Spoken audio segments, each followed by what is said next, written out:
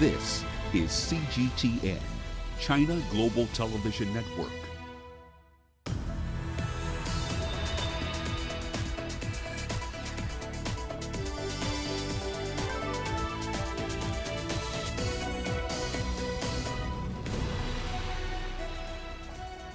Hello there and welcome to Global Business Africa. We'll be giving you insight into Africa's business and financial markets. I'm Uche Okoronkwo, coming to you from Kenya's capital, Nairobi. Let's start with a look at the markets. Now, two things infused optimism in emerging markets today. That's a recovery in the oil market and the increased speculation over global stimulus measures. Now, as a result, MSCI's index of emerging market stocks rose about 0.5% on the day. In South Africa, we saw stocks on the JSE taking some support from news that the country is considering introducing flexible restrictions on economic activity. That's after it phases out a nationwide lockdown. As a result, the oil share climbed almost 3% on the day. In Nigeria, we saw Siemens stocks, Dangote and BUA were a drag on the market, amongst others like Nestle and ETI Bank. Now, also coming up on today's show, Ghana and Burkina Faso begin easing movement restrictions as economies hurt from the coronavirus. Tanzania seeks debt forgiveness to combat the COVID-19. And a look at the young South African who has developed a sneaker brand after growing up without shoes. Well, let us start off today's show in West Africa, specifically Burkina Faso and Ghana. The two nations are easing restrictions put in place following the outbreak of the coronavirus pandemic. They're testing the possibility of a return to normalcy after weeks of shutdowns that, of course, affected their economies. Now, so far, Ghana has reported over 1,000 cases of COVID-19 and 9 deaths, while Burkina Faso has recorded 600 cases and 38 deaths. Both nations have seen a rise in confirmed cases and the impact still remains unclear. Well, let's find out more about Ghana's decision to end that lockdown. We're joined by CGTN's Nabil Ahmed Rufai. He joins us in Accra. Nabil, always good to have you on the show. Now, given that we are seeing Ghana has the highest number of cases in West Africa, many are, of course, questioning whether this decision is about allowing millions of poor Ghanaians to get back to work, or is it a political gamble ahead of the upcoming elections? What's your analysis, Nabil? Well, Uche, during the 3-week period when the lockdown was enforced, it was clear that a lot of people were struggling in the country. Most vulnerable groups were finding it difficult to feed themselves, and the government had to even intervene by going about distributing hot meals a day to these vulnerable people. And the government, after reviewing that, felt it was justified to actually ease these restrictions to allow these people to go back to work, because we know in Ghana over 80% of the population or the workforce is actually informal, is within the informal sector. So easing the restrictions will allow these people, especially the vulnerable people and the poor, to now go back on the streets to work or sell their goods so that they can earn some income and be able to feed themselves and their family. So that's on the one side. But on the other side, we also know that just last week, the Electoral Commission was supposed to hold to compile the voters register, a new voters register for the country's election, which is due in December. But then that had to be postponed because the lockdown was being enforced. Now, with this, we know that a member of the Council of State who advises the president on some issues came out to advise the Electoral Commission to at least consider going about the compilation of the new voters register in areas where the cases of COVID-19 had not started being experienced or being recorded. And that has sent a sense that perhaps the government has actually has an intention in terms of political motive to ease this restriction, to pave way for the Electoral Commission to now begin compiling the new voters register. So that's the sense that we get in both cases. One, to help the poor, but then there's always a political twist when it comes to addressing such issues of this case. Uche. Quite right, Nabil. And of course, it's a balancing act for the government, given the economic argument and, of course, the fact that the coronavirus is a major issue in Ghana right now. Now, the government insists that data on testing and contact tracing, as well as their treatment of confirmed cases, that informed this decision to open back the economy. When we look at the number of coronavirus cases or confirmed cases in Ghana right now, do the numbers support what the government is saying? Well, so far, over 85,000 tests have been carried out since the outbreak of the coronavirus.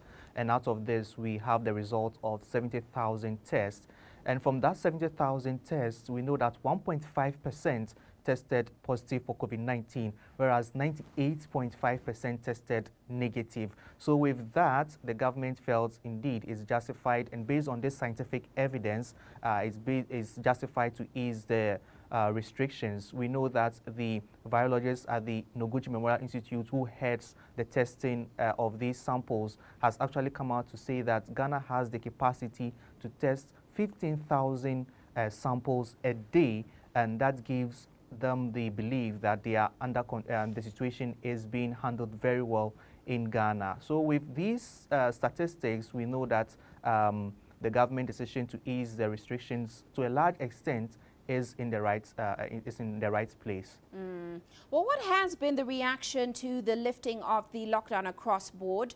We know there are different camps of thought, and certainly we know Ghana's GDP growth forecast for this year is going down up to 6.8% from 1.5%. So paint us a picture of the economic situation on ground right now, and of course that's how it's informing people's reactions to the government's move. Uche, there's been mixed reaction. There are those who are quite happy that the lockdown has been eased because they can now go back to work, and businesses have begun to open and hoping that the economy will bounce back. There are those who are actually afraid for their lives, because we know from the projections made by the WHO that before this whole situation is over, a country can have cases of at least 10% of its population having the virus. So there are those who are really afraid that easing the restrictions at this time wasn't important. We should have waited till at least another few weeks before easing the restrictions. But with that said, we know Ghana's economy was on the right track. As of last year, the International Monetary Fund declared Ghana as the fastest growing economy in the world. And from that, the government was hoping to really consolidate on that gains. But coronavirus came, and all these efforts are now going down the drain. So the economy is not looking good at the moment. We know that the finance minister came out to state that since the outbreak, the country has lost over $1 billion in revenue because domestic taxes have started to dwindle, and also job losses have also resulted from this whole situation, and we are not seeing a lot of foreign direct investments coming in, and also there's been shortfalls in the petroleum receipts that the country was projecting to get this year because of the slump in crude oil prices globally. And largely, the economy is not looking too good, and the government had to go back to the International Monetary Fund to get a $1 billion loan to use that to fight the COVID-19 and also to support some businesses in the country, Uche. Well, Nabil, it's always great to have your insights. Nabil Ahmed Rufai joining us there in Accra. Now, Ghana has also developed a COVID-19 tracker app in order to help trace people infected with the virus. The country hopes to use technology to curb the spread of the pandemic. Here's Nabil again with that story. Radia Mohammed is installing the COVID-19 tracker app on her phone. She doesn't have the virus, but says it may come in handy as cases of infections in Ghana continue to rise. Since the government has now lifted the lockdown, we are all at risk. So I'm downloading the COVID-19 tracker app to inform the health officials whenever I have symptoms of COVID-19. Ghana has more than 1,000 cases of the coronavirus. The government has developed the COVID-19 tracker app to trace people infected with the virus. When the app was launched, it wasn't available on the Android, the Play Store, and then the Apple Store. So basically, it's an APK file. APK file is associated with Android phones only. For example, if a developer is developing an app, they normally create an APK file. You can go to their website and then download and install only on Android. The app allows people to input data including their telephone number and information of any symptoms they have of the coronavirus.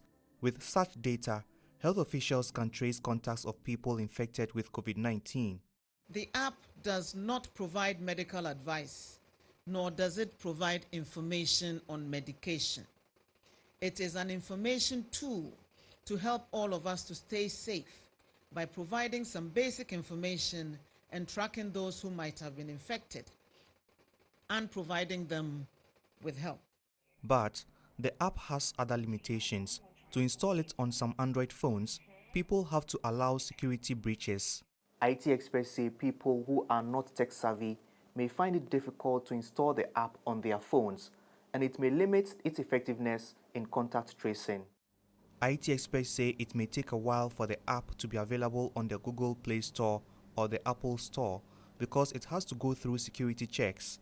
The government says it is finalizing the process of making the app available on the app stores so that many Ghanaians can download. Nabil Ahmed Rufai, CGTN, Accra, Ghana. Well, let's head to Tanzania now, where President John Magufuli has called on international creditors to cancel debts owed by African nations to enable them use the savings to battle the coronavirus. Now, he singled out the World Bank, which has been offering loans to nations on the continent to help them tackle the health crisis. Tanzania spends about $303 million every month to service its debt, with close to $87 million going to the World Bank. Well, the country has so far reported 284 confirmed cases of COVID-19. Authorities there have been urging people to observe personal hygiene to slow its spread. But of course, President Magufuli has so far rejected calls to lock down the main city, Dar es Salaam. Well, let's find out more on this. We're joined by Daniel Kijo in Dar es Salaam. Daniel, great to have you on the show with us. Now, in light of President Magufuli's call to international creditors, is Tanzania's government looking to access some of those loans the IMF and, of course, the World Bank have available at all? Is it looking to access these loans?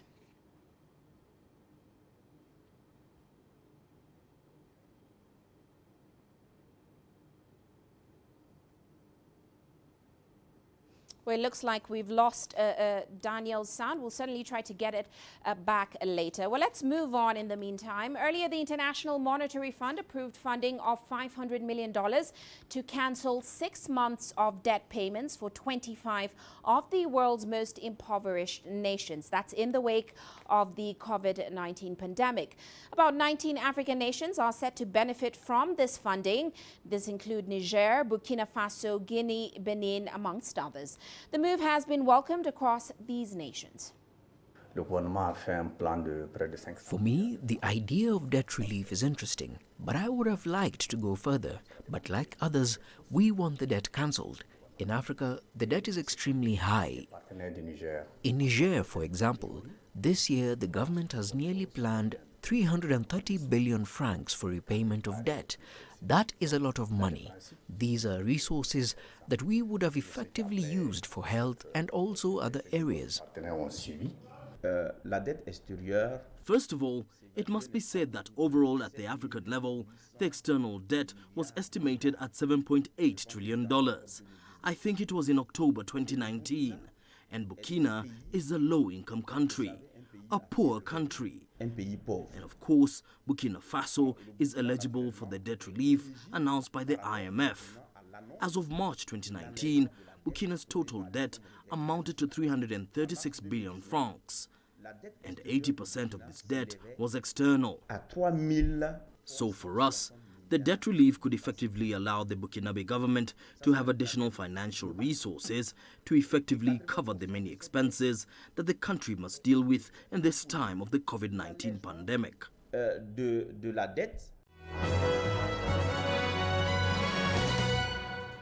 And Now look at our corporate headlines today. Oil firm Tullow says that Total will buy its entire stake in their joint onshore oil fields venture in Uganda for $575 million.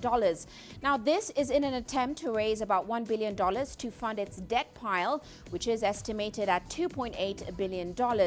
Now Tullow is expected to receive $500 million in cash and $75 million once a final investment decision is reached on the project. And airlines on the continent are projected to lose $6 billion in passenger revenue following flight restrictions due to the novel coronavirus. The carriers are facing a risk that could impair operations and, of course, lead to the downfall of many global airlines. And a South African chemicals firm, Sasol, is expecting a loss on its Lake Charles Chemicals project this year. CEO Fleetwood Grobier says he will donate about 33% of his salary for 3 months from May to the fight against COVID-19 and then take a 20% pay cut for 5 months to December. Directors' fees will be reduced by up to 40%. The measures are expected to protect the company's balance sheet and liquidity until the end of the financial year. And German automaker Mercedes-Benz is set to ramp up engine production at its Bad Cannstatt plant in Stuttgart. This comes after Germany eased lockdown measures in an attempt to boost economic recovery amid the coronavirus pandemic. And that's a look at our corporate headlines.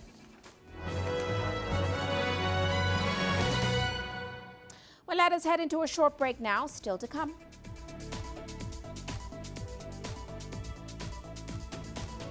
Alcohol and tobacco sellers oppose a ban on sales announced by South Africa's President Ramaphosa to contain the coronavirus. And Zimbabwe postpones the tobacco selling season to institute social distancing measures. Thanks. There's more to this place than just glorious landscapes. There's more to it than just, say, Table Mountain or glorious, endless salt flats. There's more to it than countries that are home to some of the deepest minds in the world. There is so much more to this place, even if it is home to some of the finest diamonds on the planet. It is the sheer diversity of the people who call Southern Africa home and the relentless drive to make it a better place that make it so special. And we know that because this too is home.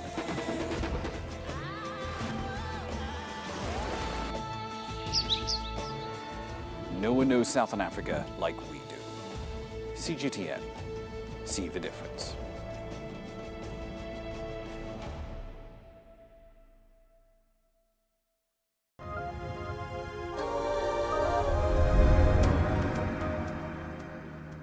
Welcome back. Well, let's go back to one of our top stories today. Of course, Tanzania's President John Magufuli is calling on international creditors to cancel the debts owed by African nations in order for them to use those savings to battle the coronavirus pandemic. Well, let's try and get Daniel Kijo back in Dar es Salaam. Looks like we have him now. Great to have you with us, Daniel. Now, as I started by asking earlier, in light of Magufuli's call to international creditors, is Tanzania's government looking to access those loans that the IMF and the World Bank do have available? Thank you, Uche. Indeed, the president did appreciate and welcome the efforts by global lenders such as the World Bank, the IMF, and the OIC, because it considered the lending weakened African economies because of Corona. But he was skeptical on whether this was really going to help these economies, saying that already these countries are heavily indebted, and he suggested that instead of asking African economies to borrow more money, these institutions should waive some of these loans by a percentage and perhaps even cancel some of them, because he says, like you touched on earlier, that Tanzania dishes out about $303 million to service these debts, and a lot of that goes to the World Bank indeed. So giving it relief would assist these countries to start rebuilding their economies. In fact, he seems to be adamant in this perspective. He even asked other African economies to ask international lenders to waive this. So now, whether he will indeed take these loans or not, it's a wait and see, because maybe perhaps perhaps a month, things might change. Well, Daniel, one thing is for sure, Tanzania's economy has been impacted by the coronavirus pandemic. We saw a sharp increase in infections in just the past 2 weeks, especially, of course, in Dar es Salaam. Now, he still refuses to go on lockdown. So give us a sense of how the government is responding to the spike in numbers, and certainly how the economy in Tanzania has been impacted by this so far. Well, as it stands, Tanzania, Dar es Salaam it's a commercial capital, and we have about 284 reported cases, 11 deaths, and about 10 recovers. And because of this, being the commercial capital, it has the highest population density and a lot of people. The number has increased because now we're no longer at imported cases, but we're dealing with community level infection. So what the government has done, starting this week, it has become mandatory to wear a mask for everyone in public. The government has so far banned sporting activities, shut down education institutions like schools and colleges, banned gathering, introduced mandatory quarantine for people who are coming from countries that have confirmed COVID-19 pandemics. It also has ordered level seating in public transport, where also in all domestic flights, passengers have to wear masks. All restaurants and food vendors are to do takeaways and not have seating. And in fact, he even went further to encourage people to use traditional means like steaming your face with a potion made from herbs and traditional spices.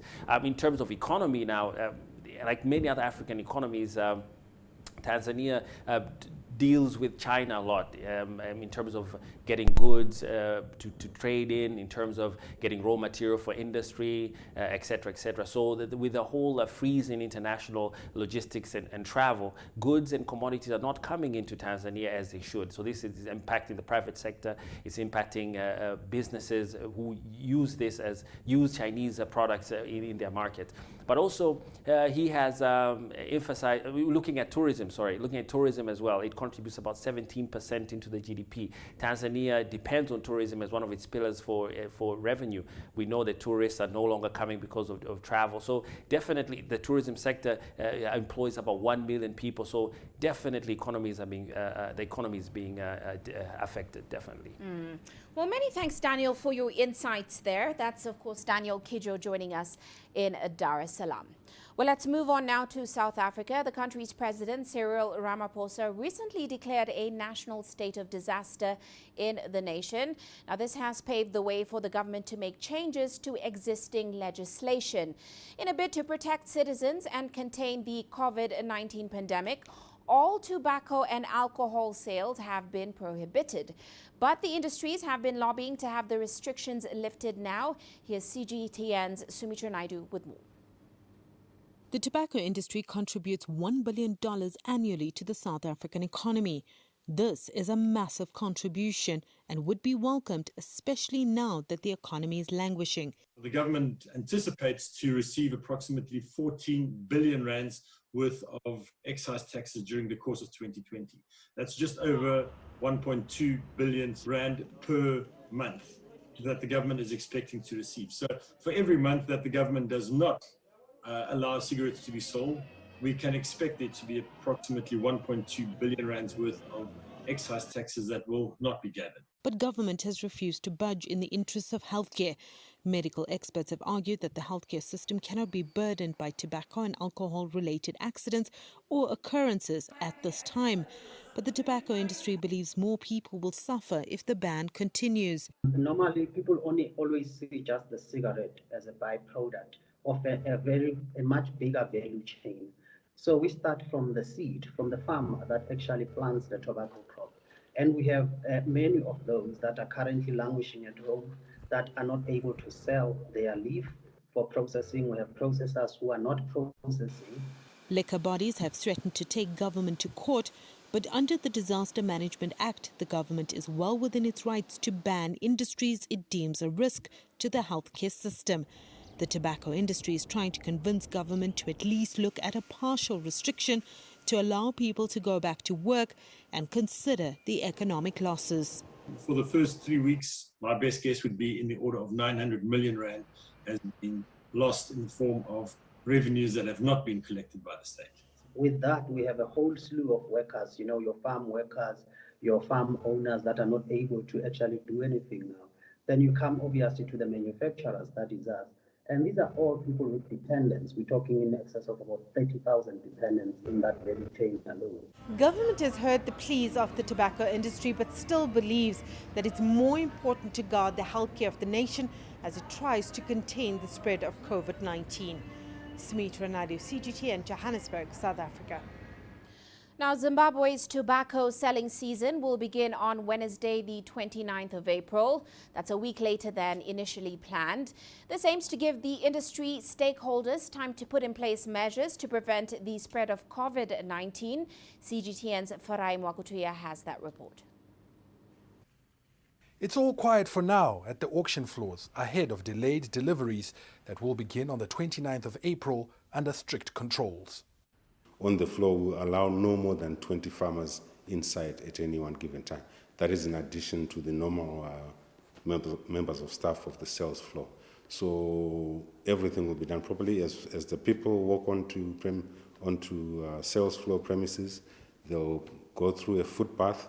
They'll also go through a misting place where, to sanitize their outside body, and then there will also be facilities for hand washing, soap and water, or even alcohol-based sanitizers.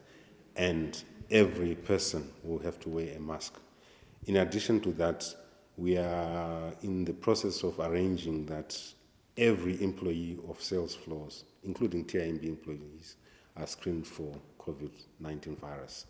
The new protocols extend downstream. The tobacco selling season is a bonanza for traders and vendors who normally set up hundreds of stalls outside the auction floors, hoping to turn as many sales as they can to farmers after they get paid. But this year, there'll be none of that. Only growers, licensed transporters and buyers will be allowed here. To decongest further, there are 6 centers out of Harare to buy up a crop that will be lower in volume but of a higher grade than last year's. The quality of the crop is also very, very good. The rainy season that we had, although it was largely unfavorable for grain crops, in many ways it was very, very favorable for quality tobacco. We will certainly have over 225 million kilograms of tobacco this coming season. But we will not, obviously, achieve the figure of 259 that was achieved last year. So it will be somewhere between 220 and maybe about 240 million kilograms. Prices should be higher too, which will be consolation for farmers having to wait a little longer than usual to cash in. Farai Mwakutuya, CGTN, Harare, Zimbabwe. Now, employees in Uganda are now adopting new ways of working remotely during the COVID-19 pandemic. Using digital platforms like Zoom, they are going about their duties without physically meeting their employers.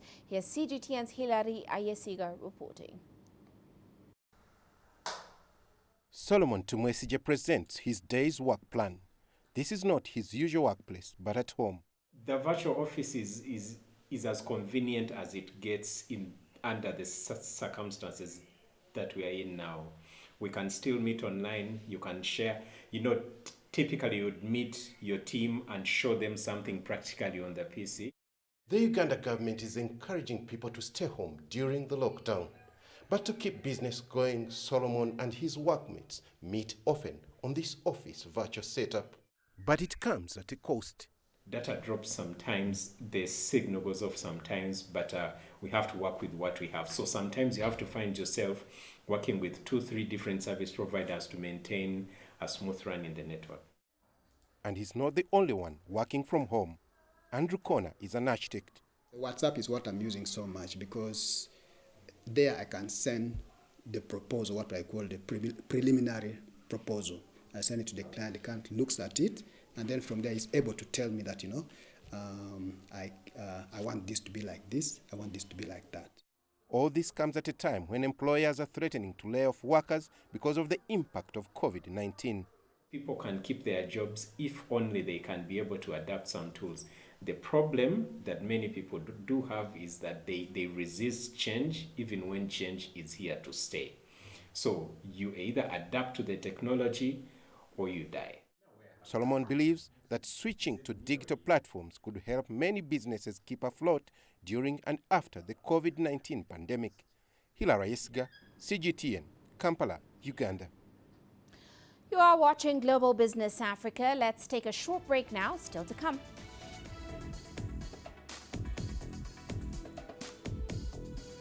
U.S. President Donald Trump signs an order suspending immigration for 60 days.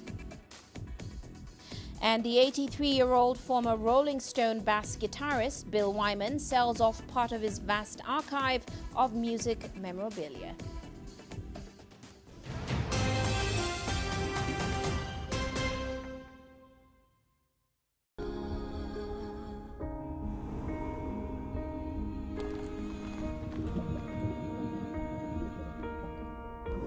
No war, no one again began holding guns. Machine guns from police forces toward the protesters.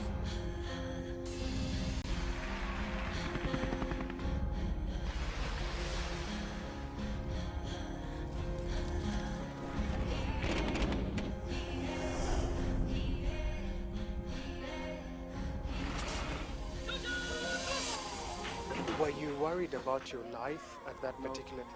Not at all. The Excellency, thank you very much for your time. What is your assessment of the state of the continent today? Africa has the potential to power itself. Excuse me.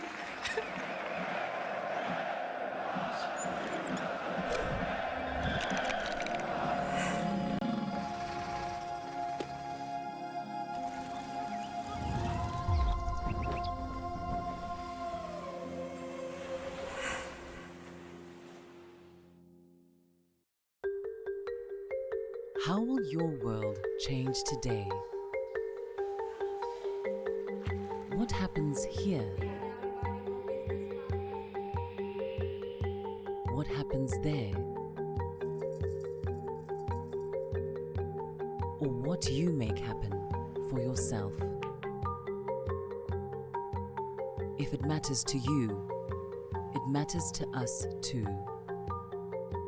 Your stories are these stories that need to be told. Africa Live. Find your voice.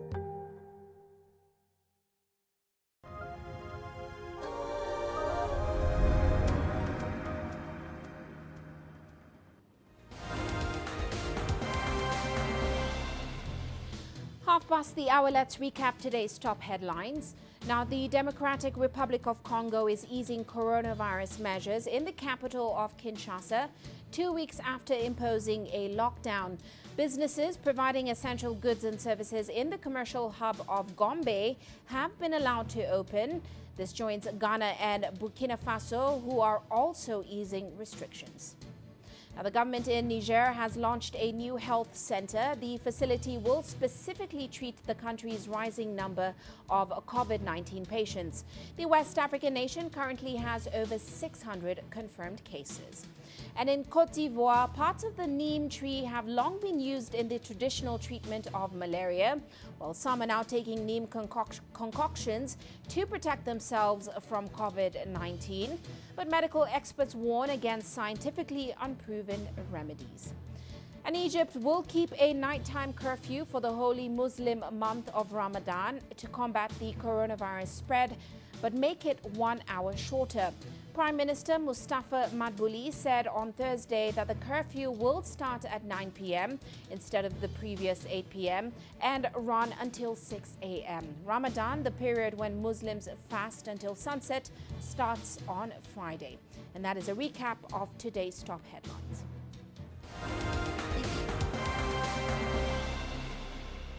Now, on the international front, U.S. President Donald Trump has signed an executive order temporarily barring the issuance of green cards into the country for 60 days.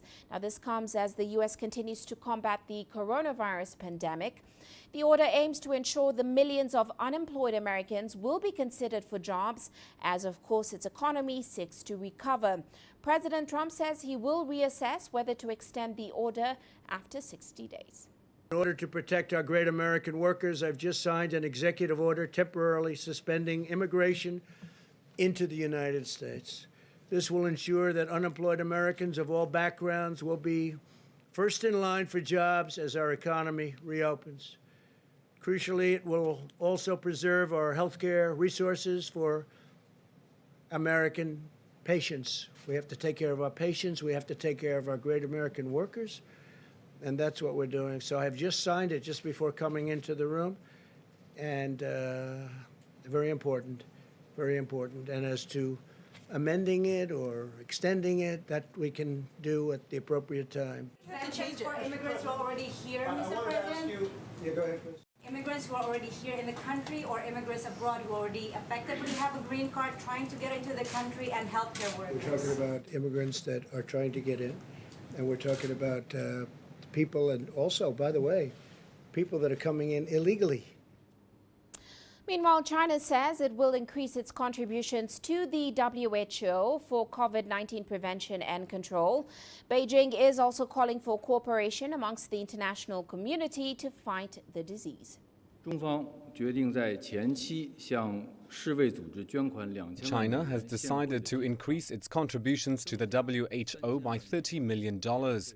This on top of a previous contribution of $20 million for COVID-19 prevention and control, as well as support for healthcare system construction in developing countries. Since the start of the COVID-19 outbreak, the WHO has actively fulfilled its responsibilities, upholding an objective, fair and scientific position. It has always played an important role in helping countries respond to the pandemic and promoting international cooperation in the fight against epidemics. To support the WHO at this critical time is to uphold the ideals and principles of multilateralism and the status and authority of the United Nations. Viruses are the common enemy of mankind, and the world can only overcome this pandemic through solidarity and cooperation. China is also reporting on its development of intellectual property protection in 2019.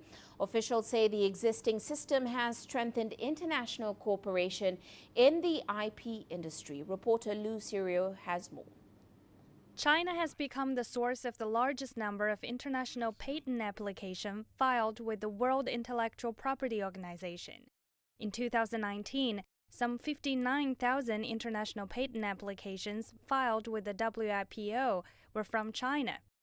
Officials say the year 2020 will see the Beijing Treaty on Audiovisual Performances go into force.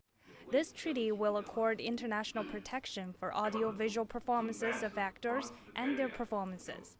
The treaty is a milestone in China's copyright industry and a new starting point for performers around the world. China will, as always, cooperate with the World Intellectual Property Organization and actively promote more countries to ratify and accede to the Beijing Treaty so as to protect the rights of performers. China has also enacted new amendments to its trademark law, introducing a system of punitive damages for willful infringement. The law has largely increased the maximum amount of statutory damages from 3 million yuan to 5 million yuan. While China is not yet a member of the Hague System for International Registration of Industrial Designs, a filing and registration system is under consideration by the Chinese authorities. Lu Sirui, CGTN, Beijing. Meanwhile, foreign companies continue to raise their investments in China despite the coronavirus pandemic. Few are doing it with greater determination than pharmaceutical firms. So far this year, several international pharma companies have announced business expansions in the country. Chen Tong takes a closer look. AstraZeneca has been active in the China market for years, and just last year announced it was setting up a $1 billion fund here to accelerate work in the life sciences. General Manager Michael Lai says COVID-19 won't interfere with AstraZeneca's plan for a global R&D center and an AI innovation center in Shanghai, and also to set up regional headquarters in 5 other cities nationwide. We see that even during the pandemic, that China has shown very strong resilience. In fact, during this time period, we see that even though there's been some slowdown in February, that the trend for recovery has been clear starting in March. Now we see that for AstraZeneca, this is a great market for us to continue to invest in. We have invested in the past more than $1 billion overall, and additional 1.5 billion in research and development. And from this, we have now made China our second largest market, and we continue to expand our footprint here locally. Pharmaceutical companies have been very active in the China market over the past several years. Several of them have increased their investments or set up their regional headquarters in China. The pandemic is expected to increase their involvement with China's economy and healthcare system. Britain's AstraZeneca is far from the only foreign pharma firm going this route. German drug maker Boehringer Ingelheim, for example, has announced it will open a second digital lab here in July. Attorney Carl Li, who works closely with foreign drug makers in China, says he's seeing the pharmaceutical firms turning out to be more active than many other industry players in expanding their business here. This kind of virus outbreak also make the foreign investor pay more attention on the pharmaceutical industries, because China, firstly, is a huge market for the big pharmas. Second, actually, the Chinese stability and integrity of the supply chain also make a big sense to them. And after this, China is maybe the only country to firstly resume to the normal work and the normal manufacturing. So I think the lot of discussion among the big farmers, and they are planning to increase their investment in China. Just this week, the organizer of the China International Import Expo announced a new display section for this year called Public Health and Epidemic Control, which will showcase products related to controlling the COVID-19 pandemic. 4 international pharma firms have already signed to showcase products in this special section this year. Chen Tong, ICS for CGTN, Shanghai. Now, as China continues to open its economy and patterns of consumption change, many companies there see the country as a place with more potential. Foreign investors have flocked to China since reform and opening up began in the late 1970s. And they have benefited from China's economic growth over the past 4 decades. Our reporter Lin Nan filed this story in Shanghai. There's a Chinese saying that food is the first necessity of the people. Corteva AgriScience says it believes that too. The American agricultural chemical and seed company entered China in the 1970s. It says China has become one of its major markets, and there is still a huge potential as China is going through structural change. We fully believe in the China long-term economic growth.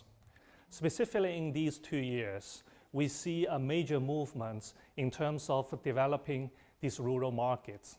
We say the poverty alleviation efforts. We believe we can play a better views in this market. The company has 19 R&D facilities across China, and it says it will bring more cutting-edge technologies to help millions of Chinese farmers to grow more effectively and sustainably. Foreign businesses have witnessed and benefited from the growing purchasing power of the Chinese people during the past 4 decades. The fruit and vegetable brand Dole has been doing business in China since 1998. China has become one of its fastest growing markets, accounting for 20% of Dole's global income, as an expanding middle class becomes willing to pay more to eat better. Exotic fruit is no longer a stranger on their dinner tables. I used to buy a lot of fruit from market stalls, but I prefer to buy imported fruit in the supermarket now. I think it's more tasty, fresher with better packing. The value of imported fruit in China is forecast to grow from 60 billion yuan to 100 billion yuan in the next 5 years. Dole has over 1,600 retail outlets in 140 Chinese cities and will continue to expand its network. We will increase our investment in China, especially in the west of the country. We will build more distribution centers to reach more Chinese consumers. And we will enrich our product lines, bringing in more fruits with different packings. Electa is a Swedish company focusing on radiotherapy and other treatments for cancer patients. China now is the company's second largest market and will soon become the largest one. It's important to the company's development in many ways. One is that the the population of China and also the potential of the cancer treatment need will continue to grow. In the other hand, also the talents in China, it's becoming an international player, can attract a lot of talents from globally. So this will help us to be a very good place to develop the latest technology for Electa. Electa has welcomed government policies to attract overseas talent and strengthen intellectual property protection. It says efforts to improve the business environment make it more confident to invest and enlarge its R&D team in China. Lin Nan, CGTN, Shanghai. And shifting focus now, former Rolling Stones guitarist Bill Wyman is selling off part of his vast archive of music memorabilia, including the 1962 amplifier that helped him clinch his audition for the British rock band. Now, the 83-year-old musician shares more of his legacies.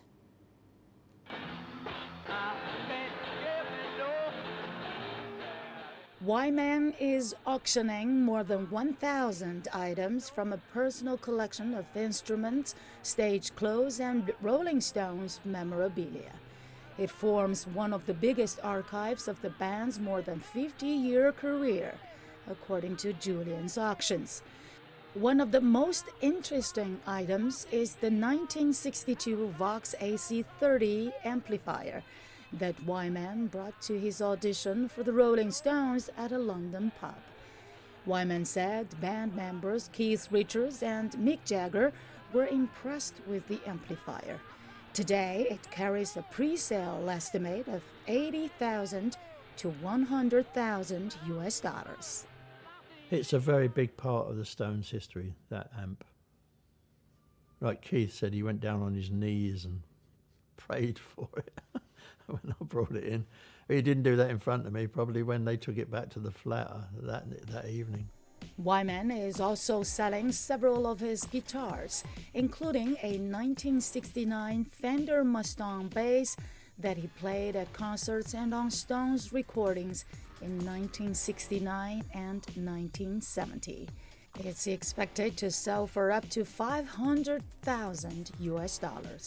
That was a nice bass because it was the only Fender I could play because it was a bit smaller than the rest of them. And also I understand now that it was one of the very last Fender basses that were ever made by Leo Fender himself. And it's orange, so it's kind of really cute. Wyman quit the Stones in 1993 and now plays with the blues band Rhythm Kings. Wyman said a portion of the auction proceeds will go to the Macmillan Cancer Support, the British-based youth charity Princess Trust, and the Central Caribbean Marine Institute. CGTN. And moving on now, let's take a look at commodity markets today. Oil prices rebounded after suffering one of the most tumultuous weeks ever. The climb, of course, was spurred on by a few developments. That's the possibility of rising tensions in the Middle East after U.S. President Trump said that he had instructed the U.S. Navy to fire on Iranian ships. Also, output cuts by producers gave some support as countries like Kuwait began reducing oil supply before the OPEC deal comes into effect. Meanwhile, gold prices eased today as investors booked profits from a near 2% rally in the previous session. Let's head into a quick break, still to come.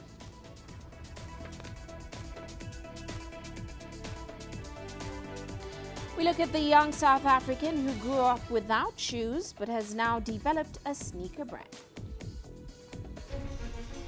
Images may appear to be identical, but looks can be deceiving. The difference is not always obvious. It has to be discovered. There are always different sides to a story. We put the focus on the details. To see more, to understand better. CGTN. See the difference.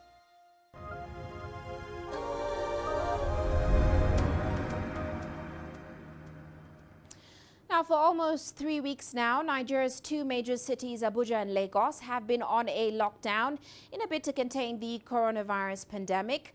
Most people are feeling the heat of this stay-at-home order, including those in the cab-hailing business. Now, with no passengers to convey around the city, services of taxi drivers have been placed on hold, and some are beginning to groan. CGTN's Deji Badmus reports.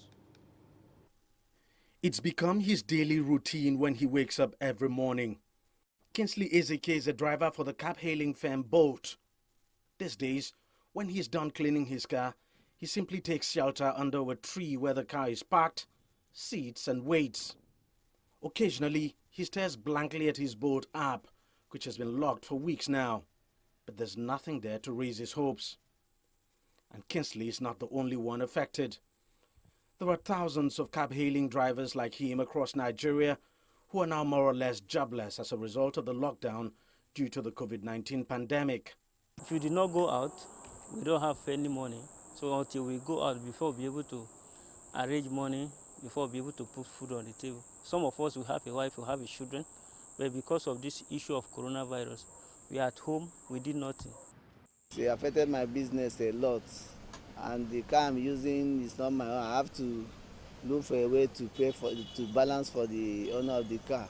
So no means of way to meet up my demand. Before, I know how much I make in a day, but for now I find it difficult now to get something to eat.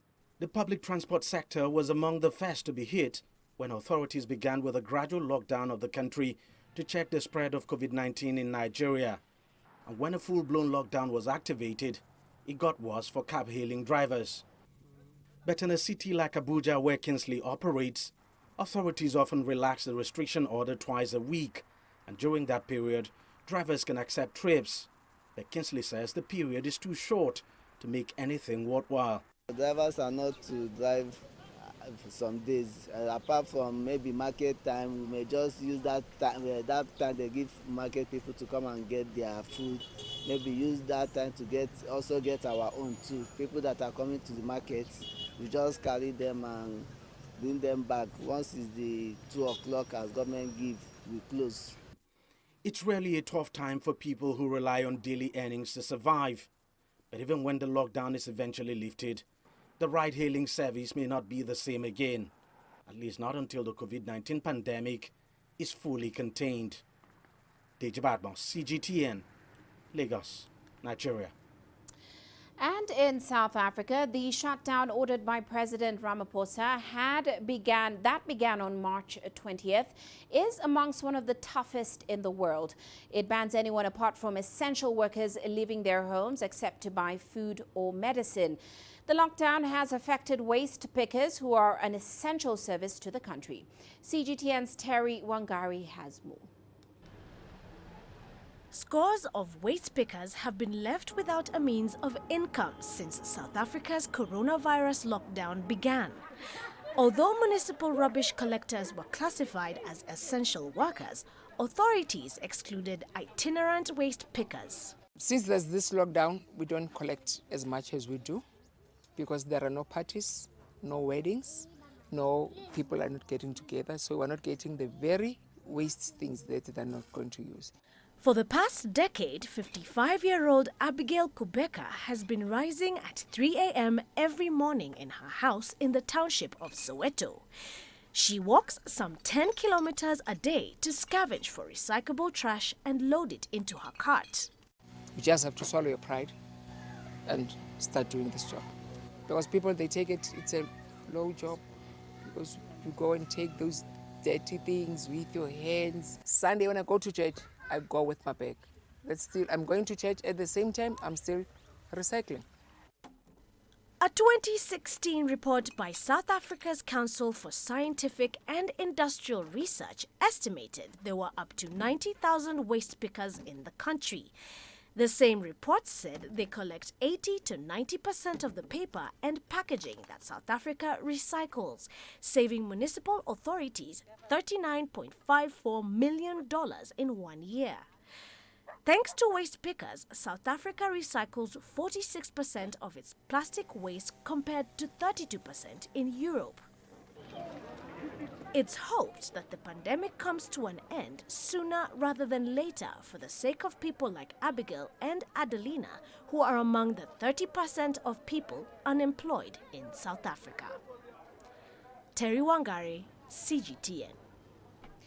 Now, a young South African entrepreneur went from growing up without shoes to owning his own sneaker brand.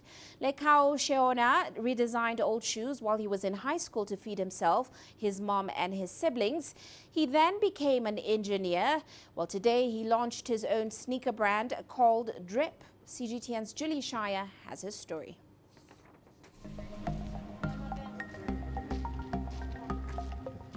My name is Lekao Sehwana and I'm the founder of Drip Footwear, and we are in Ivory Park. This is one of the most impoverished communities in Gauteng, and this is where we grew up. I didn't have any shoes. This is where the dream actually started. We didn't have much. This other day at school they said we should come wearing home clothes, and then like I realized that I can't actually wear anything because I have nothing.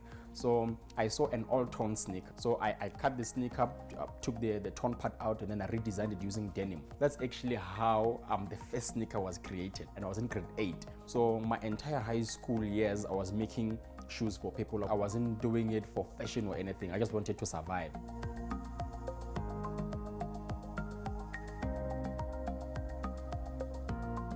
Drip Footwear actually was created in 2019. Drip is a very special name. It means someone who has high fashion senses, someone who is stylish. You know, we say you are dripping. So the sneakers are highly stylish, so it's Drip. The sneakers are actually made for walking. I actually designed them for walking. So even doctors and nurses at the hospitals, they are our customers because they spend lots of hours working in the hospital. So they are very light. So I designed them for walking for now. The first sneakers that I got from the factory sold within 6 weeks. The first 600 pairs, they were pink, they were not branded. Now you can see that the sneakers have a logo on the sides at the back. So the first colors after the pink one was yellow and red. So now it blew. So in December, we sold 1,200 pairs, grossing over R1 million. The most popular color is the yellow. Yeah, people love yellow. Surprisingly, because I thought they would go for black, but they love yellow. So I actually knew that this thing is going to happen, it's going to be big, but I didn't know it was going to be as big as it is at that pace.